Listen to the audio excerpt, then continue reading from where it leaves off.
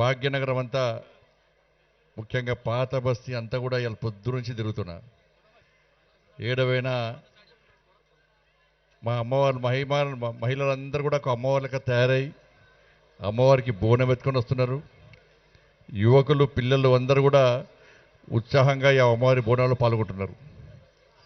ఒక పండుగ వాతావరణం ఇలా పాత బస్తీలో గల్లీలో ఒక పండుగ వాతావరణం నెలకొనడం నిజంగా చాలా ఆనందం.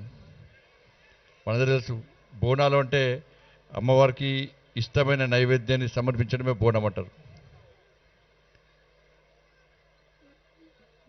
ఇందులో సైంటిఫిక్ రీజన్ కూడా ఉంది. ఇలా వర్షాకాలంలో అనేక రోగాలు వస్తాయి, అనేక రకాల వ్యాధులు వస్తాయి. దాని నుంచి కాపాడు తల్లి అని చెప్పి అమ్మవారిని మొక్కుకుంటూ అమ్మవారికి ఇష్టమైన నైవేద్యం సమర్పించడం ద్వారా ఆ రోగాలు తొలగిపోతాయని చెప్పి ఒక నమ్మకం, విశ్వాసం.